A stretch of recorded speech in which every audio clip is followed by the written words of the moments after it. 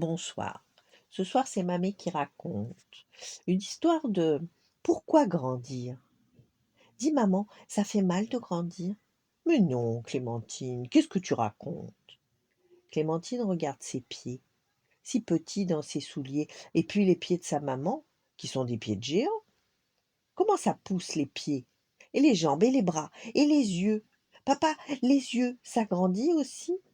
Oui, Clémentine, et plus ça va, plus tu vois le monde en grand. Ben, le monde est déjà assez grand comme ça.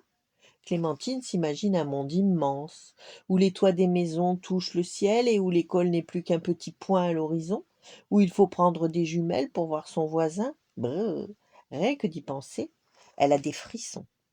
Clémentine a peur de grandir. Voilà, c'est dit. Parce que quand on est grand, on n'a plus le droit de faire des bêtises, on doit toujours bien se tenir, on doit savoir tout par cœur, on doit s'habiller tout seul, on doit apprendre à conduire, on a des enfants, on n'a plus le temps, et puis un jour on doit mourir. Décidément, c'est mieux d'être un petit toute sa vie. Alors Clémentine décide de ne plus jamais grandir. Stop! Elle cache toutes les pendules, les montres, les réveils. Elle arrête le temps. Un matin, alors qu'elle enfile son pantalon, crac, il se déchire. Il est trop petit, mon cœur, dit sa maman. Non, non, crie Clémentine, je veux le garder, il me va. Et à force de se tortiller, elle entre dans son pantalon, comme un escargot dans une coquille trop étroite.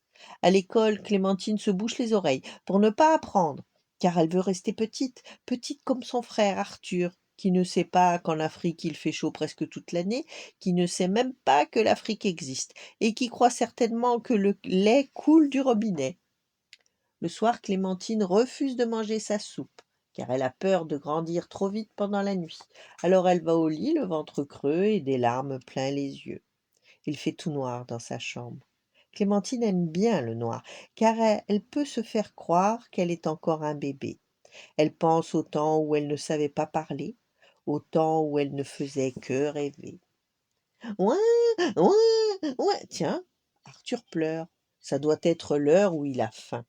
Ouais, ouais, mais personne ne vient lui donner son biberon. Maman, papa?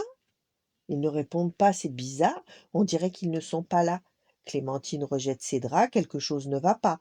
Ouais, ouais, on n'y voit rien. Elle sort de son lit à tâtons, elle se dresse sur les pieds, tend la main, haut, plus haut, encore un effort. Bravo. L'ampoule s'éclaire au plafond. Arthur pleure de plus belle. Clémentine ouvre la porte de la chambre de ses parents. Personne. Mais elle n'a pas peur du tout. Tout à coup, elle se sent grande. Clémentine s'approche du berceau, elle prend son petit frère dans ses bras. C'est bon de protéger un plus petit que soi. Cric-crac, la clé dans la serrure. Les parents de Clémentine sont de retour. Comment ça va, mon trésor? La voisine a eu un problème, on a dû sortir pour l'aider 2 minutes. J'avais si peur de te laisser toute seule, ma petite chérie. D'abord, maman, il y a Arthur. Et puis, je ne suis pas si petite que ça. Le lendemain, à l'école, Clémentine ouvre grand les yeux et les oreilles. Elle veut tout savoir pour tout raconter à Arthur. Et le soir au dîner, elle avale 2 grands bols de soupe. Eh ben, tu avais si faim que ça, Clémentine? Non, mais j'ai peur. Peur de quoi?